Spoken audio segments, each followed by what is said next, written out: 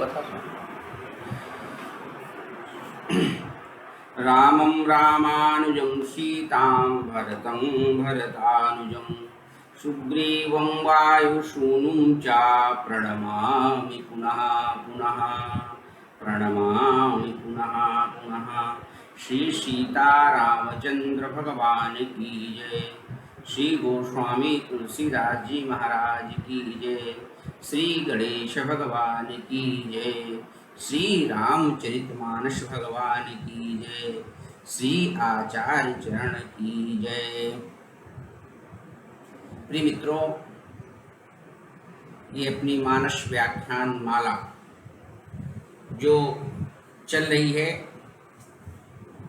अभी तक हम लाइव इस कथा को बोलते थे और आप सभी लोग स्नेह से सुनते थे, लेकिन लाइव में कई बार कई व्यवधान आ जाते हैं और कथा ठीक से हो नहीं पा रही थी। तो मित्रों का सुझाव ये आया कि इसका वीडियो बना करके और अपलोड किया जाए और नित्य आपको 30 मिनट का वीडियो इस मानस व्याख्यान माला का सुनने को प्राप्त हो। इसके लिए यह एक आज नवीन प्रयोग करने में जा रहा हूँ। हो सकता है यह आपको अधिक पसंद आए। मानस व्याख्यान माला में हम लोग बालकांड में गुरु वंदना कर रहे हैं और गुरु वंदना में गोस्वामी तुलसीदास जी कल तक जो वंदना की उसके आगे इस प्रकार कहते हैं कि सूझई राम चरित मन मानिक गुपुत प्रगट जहाँ जो जेहि खानिक। ये सूझई राम चरित मन मानिक अभिप्राय कि जो गुरु नक्शे प्रकाश प्राप्त हुआ और यदि उसको आपने हृदय में धारण कर लिया तो उस प्रकाश के प्रभाव से सूझना माने दिखना और रामचरित मणि और माणिक्य, ये रामचरित मानस को गोस्वामी तुलसीदास जी ने मणि और माणिक्य की उपमा दी है। मणि क्या है और माणिक्य क्या है? मणि जो होती है वह जीव जंतुओं में पाई जाती है, जैसे सर्प, हाथी इत्यादि। सर्प में मणि पाई जाती है और हाथी में भी पाई जाती है। लेकिन जो माणिक है, रत्न है, पत्थर है, वो तो किसी खदान में प्राप्त होता है, किसी पहाड़ में प्राप्त होता है, कहीं भूमि में प्राप्त होता है, या इसमें थोड़ा अंतर है।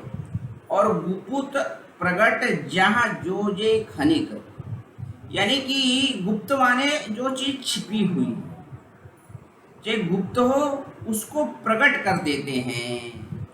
यानी कि रामचरित मानस रूपी मणिक्य गुप्त या प्रकट जहाँ जो जिस खान में यानी यहाँ पर पाई जाती हो, दिखाई देता है, उसके पीछे का जो हेतु बताया है वह हेतु कहा है क्या कि वह गुरु चरण नख से निकला हुआ प्रकाश ही है जो गुप्त चीजों को भी आपके सामने प्रकट कर देता है।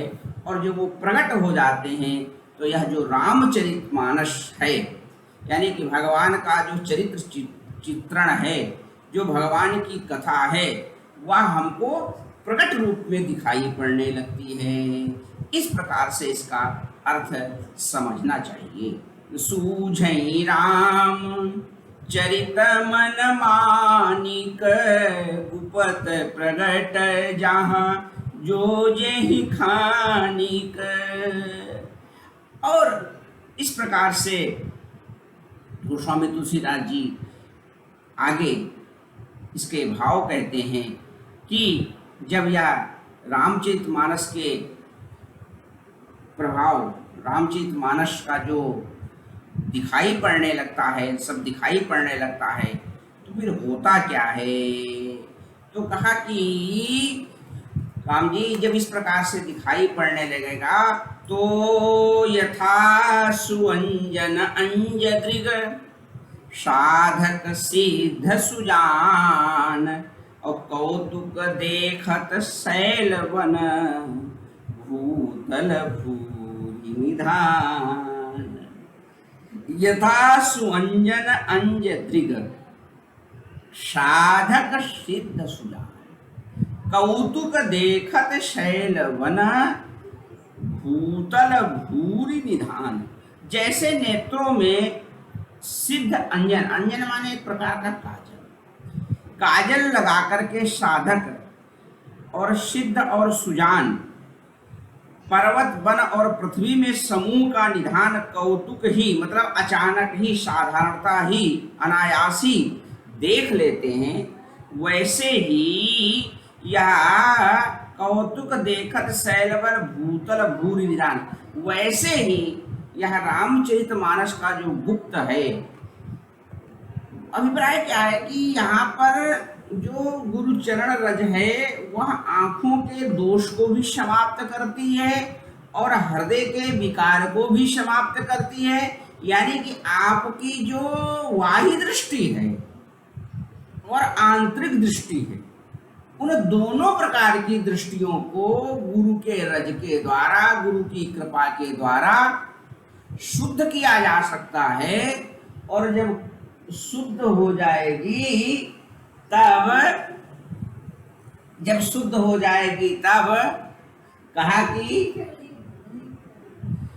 जब शुद्ध हो जाएगी तब क्या होगा जाकर के, तब आपको जो रामचरित संबंधित ज्ञान है, जो रामचरित संबंधित जानकारी है, वह अनायास यानी कि बिना परिश्रम को, आपको लगा कि जैसे हमने परिश्रम किया ही नहीं है, इस प्रकार से आपको दिखाई पड़ने लगेगी। आइए अब इसका एक एक शब्द का अर्थ समझने की चेष्टा करते हैं। तो कहा अंजन माने आंखों की रोशनी को ठीक करने के लिए पलकों के किनारे लगाने वाली वस्तु को अंजन बोलते हैं, कहीं कहीं उसको सुरमा भी बोलते हैं। काजल और अंजन में थोड़ा सा प्रकार भेद है। काजल की सुपर क्वालिटी यानी काजल की अच्छी क्वालिटी को आप अंजन कह सकते हो, और सुअंजन माने सुंदर यानी कि सिद्ध अंजन, यानी जो एकदम स्वच्छ हो। यानी कि तंत्र शास्त्र में अनेक सिद्ध अंजन बताए गए हैं। तंत्र शास्त्र में अनेक प्रकार के जो सिद्ध अंजन हैं, तो यहाँ तक बताया गया है कि ऐसे ऐसे अंजन हैं कि जिसको आप लगा लो तंत्र सिद्धि के द्वारा तो आपकी दृष्टि सिद्ध हो जाती है। यानी कि जिसे आप देख लोगे वह व्यक्ति आपसे आकर्षित हो जाएगा, उसमें दृष्टि में आकर्षण आ जाता है। अनेक प्रकार के अंजन हैं, और आंखों में लगा लेने से पर्वत में रत्नों की जो खाने हैं, वन में जो औषधियां हैं, पृथ्वी में जो गड़ी हुई वस्तुएं हैं, वह सारी की सारी वस्तुएं गड़ी तो अंदर हैं, लेकिन वह अंजन के प्रभाव से ऐसे दिखाई पड़ने लगती हैं कि जैसे आपके सामने ही दृश्यमान हो रही हो।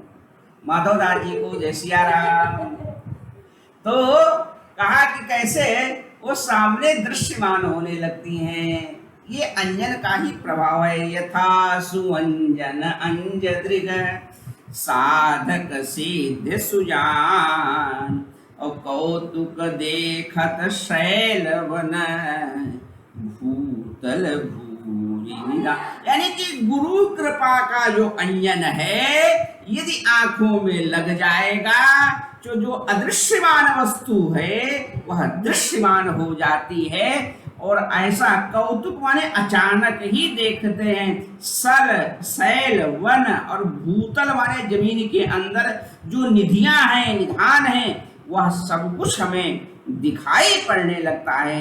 यह गुरु कृपा, गुरु रज और गुरु अंजन का ही प्रभाव है। भूरि माने बहुत सी, निधान माने वह स्थान जहां जाकर कोई वस्तु लीन हो जाए, वह लीन हो जाए। लय स्थान, जिस पात्र में धन रखकर पृथ्वी छिपा दिया जाता है, उस पात्र को निधान कहते हैं। इसे जमीन के अंदर कोई वस्तु जब गाड़ी जाती है तो किसी पात्र में रखी जाती है। किसी निधि को निधान में संग्रहित कर दिया जाता है, उसको निधान कहते हैं। यथा द्रव्यम द्रव्यम निधाय यत पात्रम भूमौ संस्थाप्य गोपेत। निधानम का अर्थ करते हैं द्रव्यम निधाय यत पात्रम भूमम संस्थाप्य गोप्यते तत्र पात्रम च निधान स्यात् युक्तम कोश कौम्बिदहि। गड़ा हुआ धन व खजाना को हम निधि कहते हैं। यह सारे की जो गड़ी हुई निधि है, खजाना है, वह भी गुरु की अंजन की कृपा से दिखाई पड़ने लगता है, ऐसा इसका अर्थ करना चाहिए। यथा सुअंजन अंज दृग साधक सिद्ध सुजान और कौतुक देखत शैल वन भूतल भूरि निधान। अब इसका भाव इस प्रकार से भी करते हैं, दूसरे प्रकार से भी कहते हैं कि साधक सिद्ध सुजान कहने का अभिप्राय क्या है। तो कहा कि साधक और सिद्धि दोनों सुजान यानी प्रवीण हैं। साधक लोग सुजान होकर सिद्ध होकर के ज्ञानवान कार्य की सिद्धि चाहने वाले को सिद्ध कहते हैं। साधक लोग सुजान सिद्ध होकर के ज्ञान की सिद्धि चाहने वाले को सिद्ध कहते हैं और चतुर साधक हो जाते हैं। इस प्रकार से कौतुक देखें और भूरि निधान में भिन्न भिन्न अर्थ लेने से कई अर्थ हो गए हैं। जैसे नेत्रों में सिद्ध अंजन लगाकर साधक और सिद्धि और सुजान पर्वत वन और भूतल अनेक लय स्थानों में कौतुक ही देखते हैं। इस प्रकार से पंडित राम कुमार जी का जो भाव है कि सिद्ध और सुजान तीन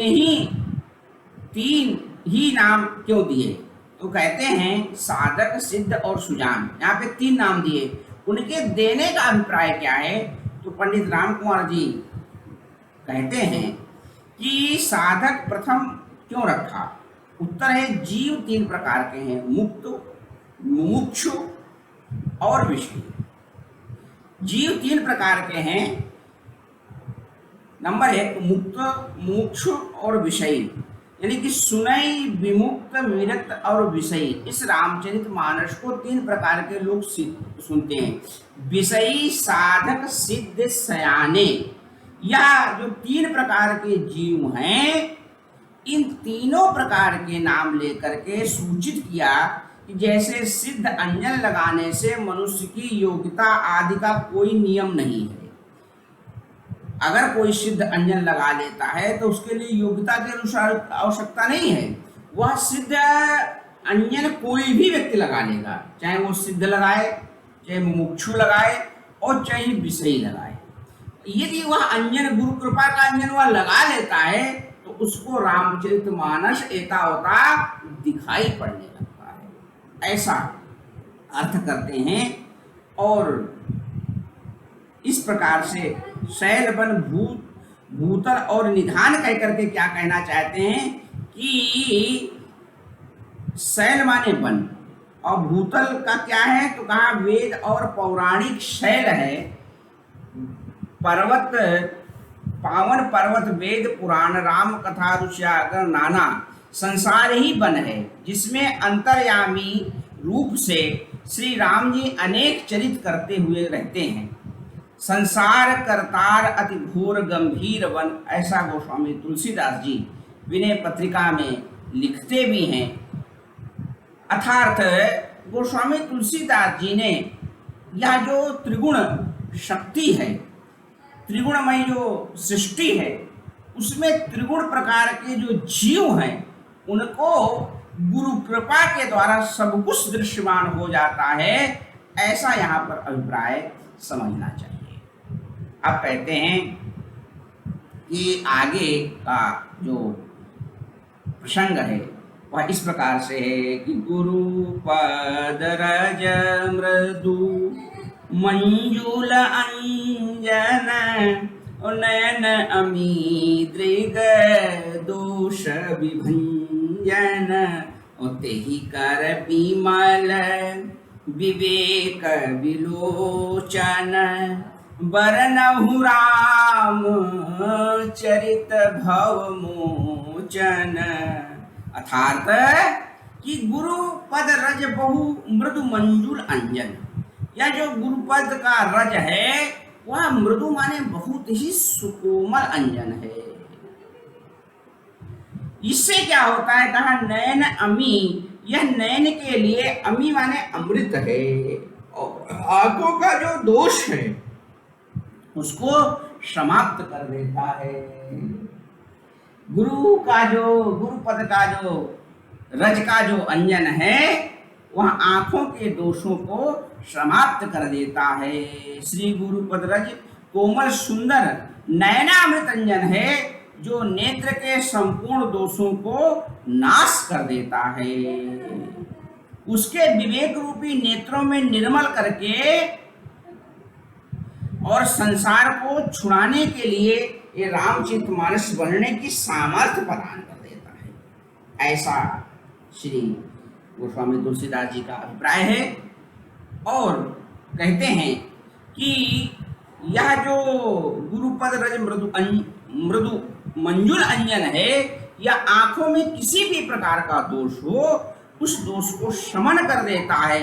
जब आंखों का दोष समाप्त हो जाता है, शमन हो जाता है, तो फिर होता क्या है, तो कहते ही कर विमल, उसके नेत्र विमल हो जाते हैं, यानी कि स्वच्छ हो जाते हैं। ते ही कर विमल और विवेक विलोचन बरनहु राम चरित भव मोचन। अर्थात उसके नेत्र पवित्र हो जाते हैं, यानी कि नेत्र भी विवेकवान हो जाते हैं, यानी कि नेत्र में किसी भी प्रकार का कोई भी दोष नहीं रह जाता है, दोष रहित हो जाते हैं नेत्र। और जब दोष रहित नेत्र हो जाते हैं तो सब कुछ एकदम दृश्यमान हो जाता है। और फिर जो है ये रामचरितमानस को जो ऐसा वर्णन होता है जिससे व्यक्ति इस भव बंधन से छूट जाता है कि बरनहु रामचरित भव मोचन। अर्थात उस विवेक रूपी नेत्र को निर्मल करके अथवा उसे निर्मल विवेक रूपी नेत्र में लगा करके भव संसार आवागमन को छुड़ाने वाला श्री रामचरितमानस वर्णन करता हूँ। ये रामचरितमानस कोई सामान्य ग्रंथ नहीं है। कहा ये क्या है, कहा यह जो है जो आवागमन का बंधन है उससे मुक्ति दिलाने में सर्वथा समर्थवान है। ये सामान्य ग्रंथ नहीं है, यह इस ग्रंथ को भी वेदों के समतुल्य समझना चाहिए, ऐसा अभिप्राय अपने आचार्य चरण का। तेहि कर विमल विवेक विलोचन बरनहु राम चरित भव मोचन। इस दोनों चौपाइयों की जो विशेष व्याख्या है वह कल के सत्र में आपके सामने निवेदित करूँगा। आज सादर जय श्री राम, जय श्री राम।